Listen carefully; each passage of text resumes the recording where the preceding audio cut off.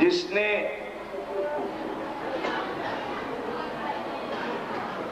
بیان کیا ہے وہ کہتا ہے کہ نجف کے کتب خانے میں ایک قلمی کتاب ملی، اس کو پڑھا گیا تو کتاب لکھنے والے نے واقعہ لکھا تھا اور اس کے بعد وہ واقعہ علماء کو معلوم ہوا اور حسین کے مقتل میں شامل ہوا۔ کسی کا سفر نامہ تھا اور اس نے یہ لکھا تھا کہ ایک بار ہم کشتی پہ سفر کر رہے تھے، کسی دور اور دراز علاقے میں جا رہے تھے، کشتی رواں تھی کہ ایک بار طوفان آیا، لہریں اچھلنے لگی اور اس طوفان کی زد میں ہماری کشتی جو آئی تو کشتی ٹوٹ ٹوٹ کے ٹکڑے ٹکڑے ہو گئے، کچھ پتہ نہ چلا سب کہاں گئے، ہم کو بھی ہوش نہ رہا۔ لیکن جب ہوش آیا تو ہم نے یہ دیکھا کہ کشتی کے لکڑی کے ایک تختے پر ہم پڑے ہوئے تھے اور لکڑی کے اس ٹکڑے نے ہم کو ساحل پہ پہنچا دیا۔ جب ہم ہوش میں آئے تو دور تک صحرا کے علاوہ ہمیں کچھ نظر نہ آیا، دور تک کوئی انسان نظر نہیں آیا۔ ہم حیران پریشان، ہم کہاں آ گئے؟ اٹھے ہم کہ ایک بار ہمارے کان میں ایک رونے کی آواز آئی۔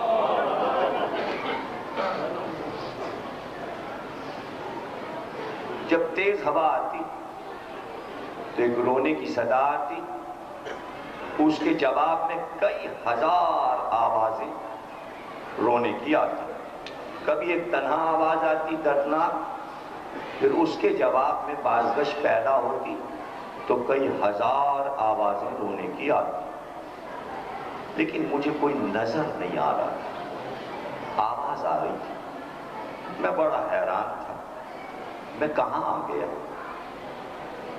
مگر یہ رونے کی صدائیں کیسی؟ بہرحال میں ہمت کر کے اٹھا، صحرا کی طرف بڑھنے لگا۔ کچھ دور بڑھا تھا، میں نے دیکھا کہ ایک شخص صحرا میں بیٹھا ہے، بڑے بڑے بال الجھے ہوئے چہرے پہ پڑے، آنکھیں اس کی سرخ لال، آنسو ہیں کہ بہتے ہیں، اور جب وہ اٹھتا ہے تو دور تک روتا ہوا جاتا ہے چیخ مار، اور جب وہ روتا ہے تو اس کے جواب میں چاروں طرف سے رونے کی صدائیں آتی۔ میں خوف زدہ ہو گیا، میں ڈر گیا اور رک کر میں دیکھنے لگا یہ کرتا کیا ہے۔ اب جب میں نے دیکھا تو کچھ دور جاتا ہے روتا ہوا، پھر زمین پہ بیٹھ جاتا ہے اور کچھ زمین پہ لکھتا ہے، جب اس کو لکھ لیتا ہے پھر اسے دیکھ کر چیخ کے روتا۔ میں نے سوچا کہ میں اس کے پشت پر جاؤں اور یہ دیکھوں کہ یہ لکھتا کیا ہے۔ میں اس کی پشت پر گیا، میں نے دیکھا کہ وہ زمین پہ لکھتا ہے یا حسین، یا حسین۔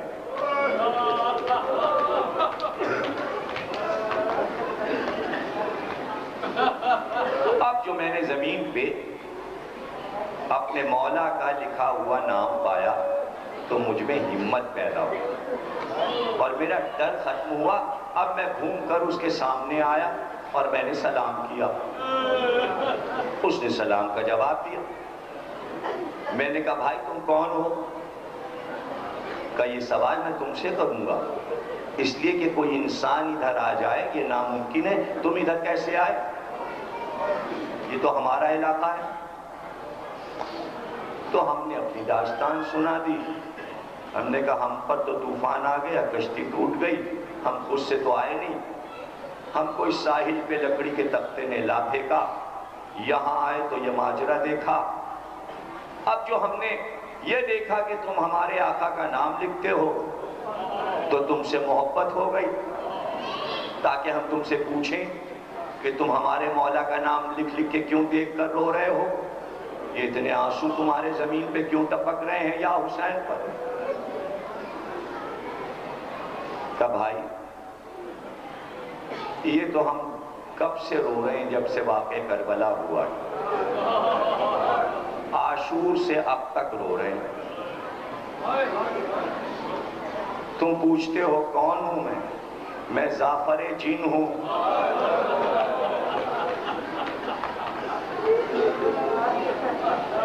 میں زعفر جن ہوں۔ کہتے ہیں کہ میں نے کہا کہ کتابوں میں پڑھا ہے میں نے کہ زعفر تم نے علی سے علم حاصل کیا تھا، اور یہ بھی ہم نے کتابوں میں پڑھا ہے کہ عاشور کے دن تم کربلا گئے تھے، تم نے اپنی آنکھ سے واقع کربلا دیکھا ہے۔ میں وہیں زمین پہ بیٹھ گیا، میں نے کہا زعفر دل چاہتا تھا کہ کربلا کا واقعہ جو تم نے اپنی آنکھ سے دیکھا مجھے سنا دو۔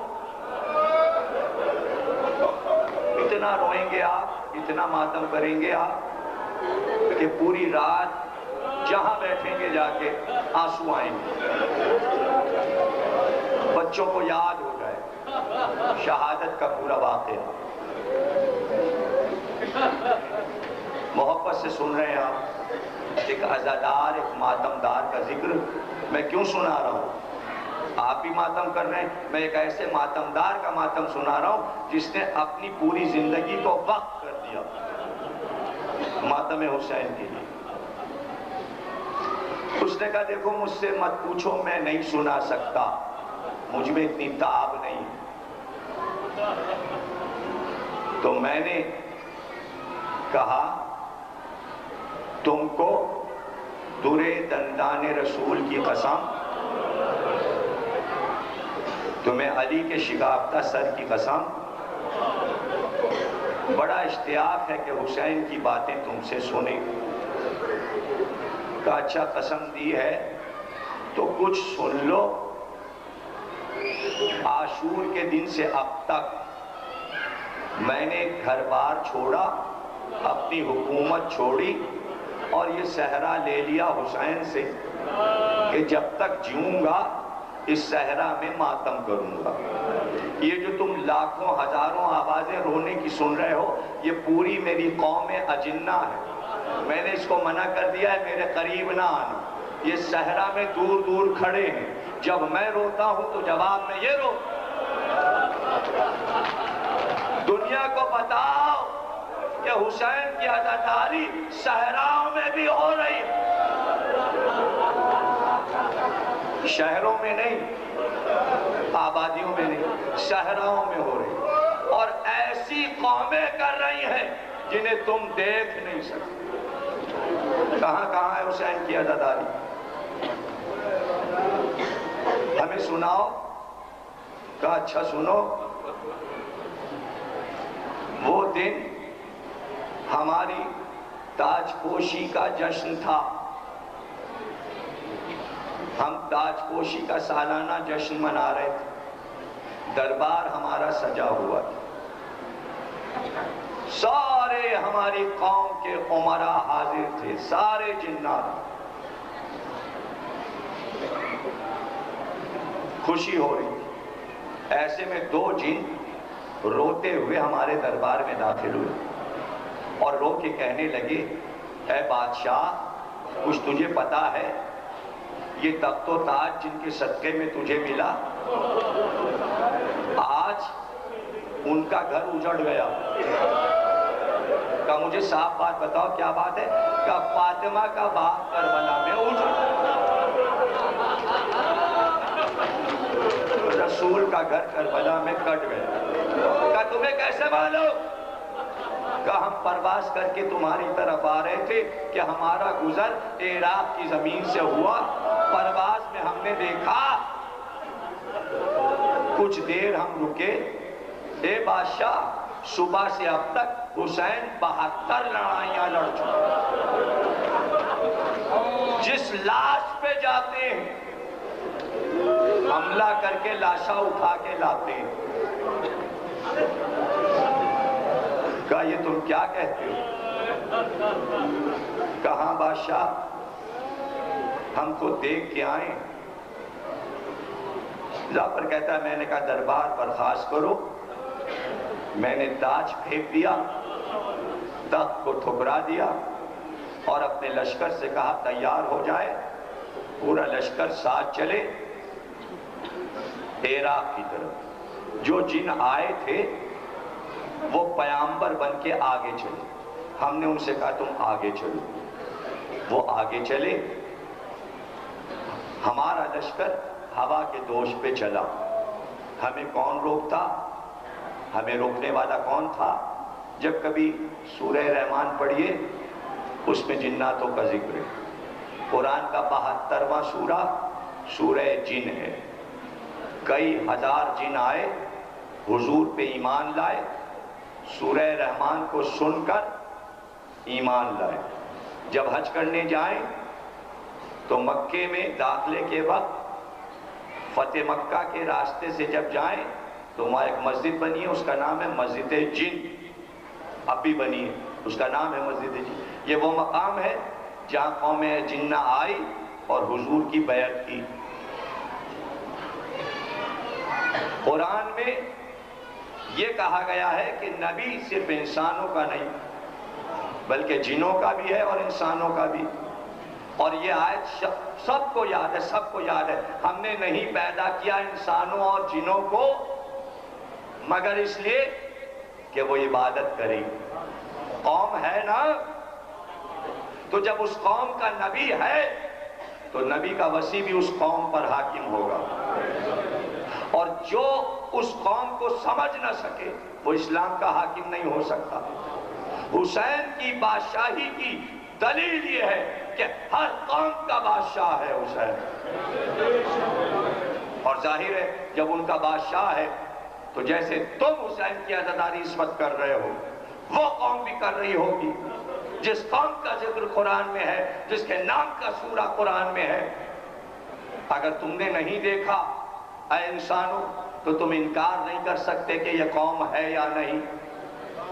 اور اگر قوم ہے تو اپنے بادشاہ کا غم کیسے کرتی ہے یہ بتا رہا ہوں. ہم چلے ہوا کے دوش پہ.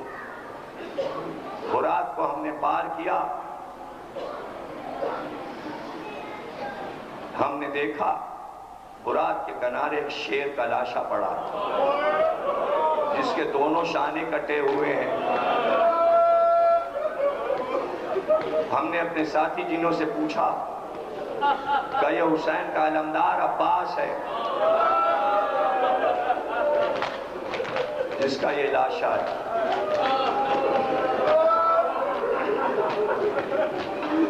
اب جو ہم میدان کربلا میں پہنچے جعفر کہتا ہے کہ میں حیران ہو گیا میدان کو دیکھ کر.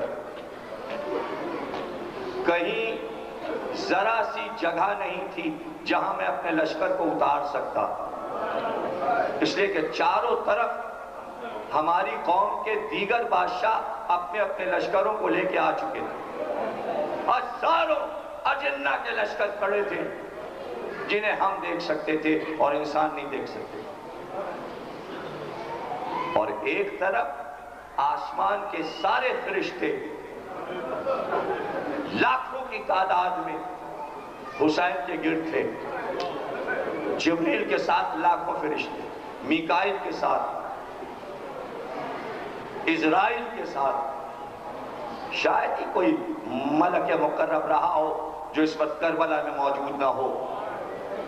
اب جو ایک طرف ہم نے نگاہ اٹھائی تو ادب سے تھرانے لگے ہم, اس لیے کہ ہم نے دیکھا آدم کھڑے تھے, ایک طرف نوح کھڑے تھے, ایک طرف حضرت ابراہیم کھڑے تھے, جناب موسیٰ کھڑے تھے, حضرت عیسیٰ, جناب زکریا, جناب یحییٰ, جناب داؤد, جناب یوسف, جناب یعقوب, جناب عیسیٰ, جناب اسماعیل کوئی پیغمبر اور اس کا ولی ایسا نہیں تھا جو نہ ہو مگر سب خاموش ادب سے سر جھکائے ہو۔ ہم نے غور سے دیکھا یہ ہے میرے آقا حسین کا دربار۔ میں نے اپنے ساتھی جنوں سے کہا میرا حسین کہاں ہے؟ انہوں نے کہا یہاں سے حسین نظر نہیں آئیں گے، ایک طرف لشکر یزید نے گھیرا ہے، حسین درمیان میں ہے۔ کہا ہم حسین تک کیسے جائیں؟ کہا ناممکن ہے جانا، انبیاء کھڑے ہیں، انبیاء کو ہٹا کے کیسے جائیں؟ ادب کا مقام۔ جعفر کہتا ہے میں نے وہیں سے آواز دی اور میں نے کہا اے میرے آقا مولا انبیاء کھڑے ہیں اس لیے میں آ نہیں سکتا، اگر آپ میری آواز پہچان رہے ہیں تو مجھے بلائیے۔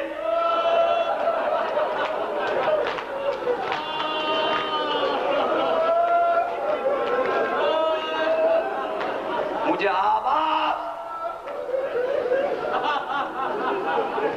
کا بس میری آواز کا پہنچنا تھا کہ ادھر سے جواب ملا کہ جعفر آواز کو پہچان لیا، بابا کے دربار میں تیرا آنا بھی یاد ہے، آ جا میری آواز پہ آ جا۔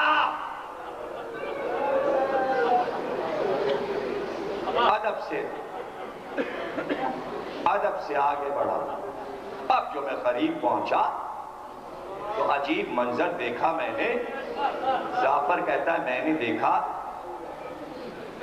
کہ ذوالجناح پر حسین ایسے بیٹھے تھے کہ ایک پیر رکاب میں تھا، دوسرا پیر پشت ذوالجناح پہ تھا، جیسے بادشاہ اپنے تخت پر بیٹھا اور چہرے پہ بڑا اطمینان تھا، بڑی رونق تھی، چہرے پہ سرخی تھی، مگر پورا جسم کوئی جگہ ایسی نہیں تھی جہاں زخم نہ ہو۔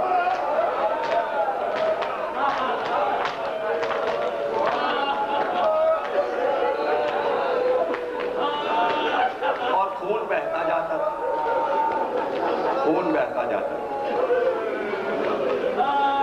جعفر کہتا ہے بالکل جب قریب پہنچ گیا تو میں نے منظر یہ دیکھا، حسین کے ایک طرف جناب حمزہ کھڑے تھے، دوسری طرف حضرت جعفر طیار، اور گھوڑے کی گردن کے پاس قریب میں دونوں طرف ایک طرف سر جھکائے علی مرتضیٰ اور ایک طرف امام حسن،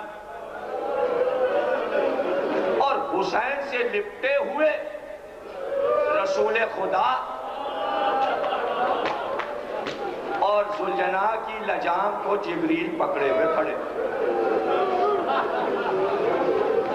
جعفر کہتا ہے میں نے دیکھا عجیب منظر کہ ہر زخم سے لہو بہتا اور گھوڑے سے ٹپکتا، جیسے ہی لہو ٹپکنے لگتا رسول کے ہاتھ میں ایک شیشہ تھا، آگے بڑھ کے حسین کا لہو اس شیشے میں جمع۔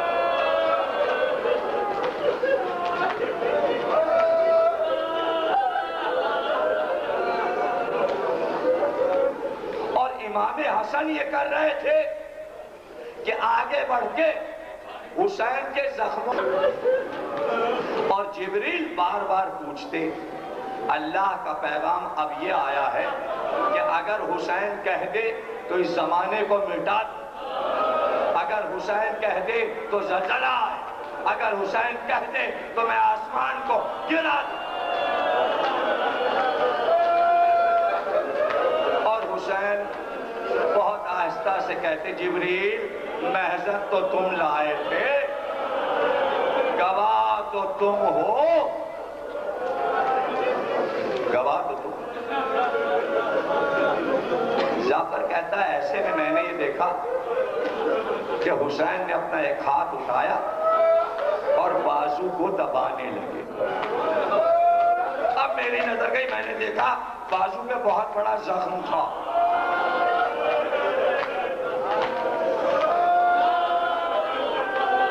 میں نے کہا مولا یہ کیسا زخم ہے جسے آپ دبا رہے ہیں؟ کہا